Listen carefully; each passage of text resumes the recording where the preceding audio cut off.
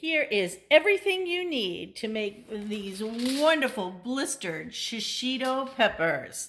All right, this is what you need. A little bit of tin foil, a small baking sheet, a whisk, a bowl, some soy sauce, some lime juice freshly squeezed, olive oil, salt, and these lovely shishito peppers. By the way, 1 out of every 10 is hot. And a little bit of this red chili pepper.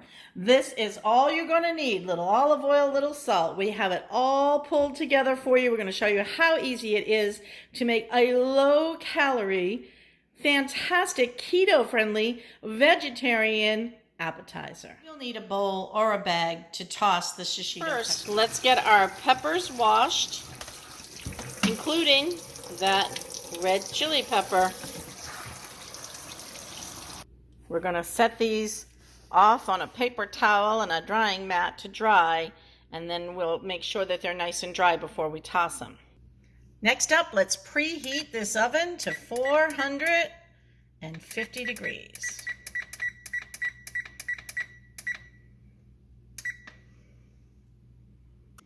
While we're waiting for our oven to come up to temp and our peppers to dry a tad, let's go ahead and mix our sauce. This is one of the easiest sauces to make.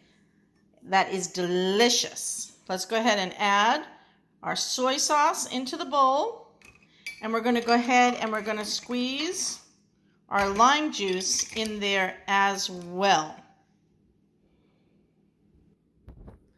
Let's go ahead and just cut up about 1/4 of this red pepper. If you like it to have more heat, you could certainly use a half. We're going to mince this very small. We've minced that pepper. Now let's go ahead and get this right into our sauce.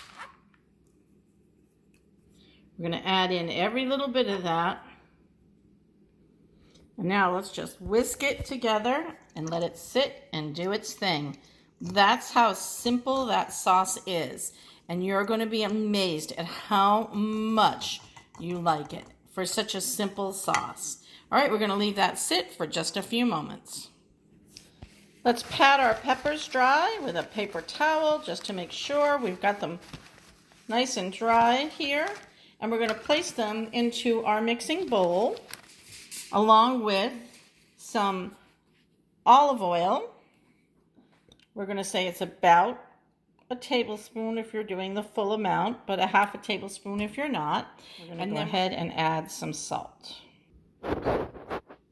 Using your hands or a spoon, we want to just lightly toss all those peppers in that oil so that they're completely covered.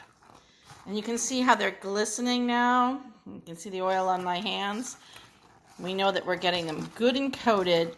That is the secret to making sure that they blister up nicely and don't dry out here. All right, when you're confident that you have tossed them completely, you're going to come over here to where your tin foil is and just pour them into the middle of the tin foil and fold this tin foil up all the way around them. Now your peppers are sitting inside this little ball of tin foil. We're going to go ahead and as soon as our oven is up to temp and preheated, we're going to drop these in for just 4 to 5 minutes. And then we're going to open up that tin foil. We'll show you what that looks like in just a minute. Our oven is up to temp. Let's go ahead and pop these right in.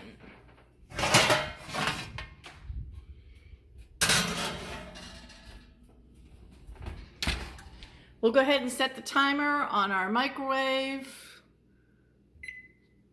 to 4 minutes, and then we'll count this down. All right, our timer's going off. Let's go into the oven, and what we're gonna do is we're gonna carefully open up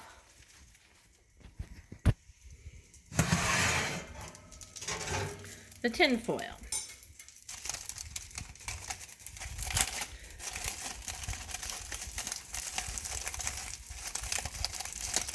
And I say carefully because it's steaming.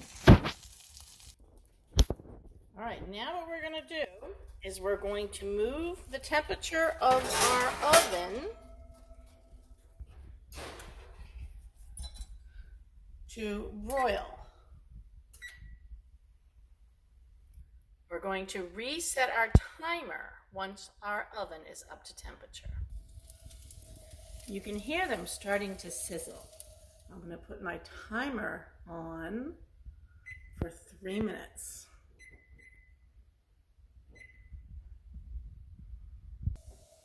You can see my peppers starting to blister and brown.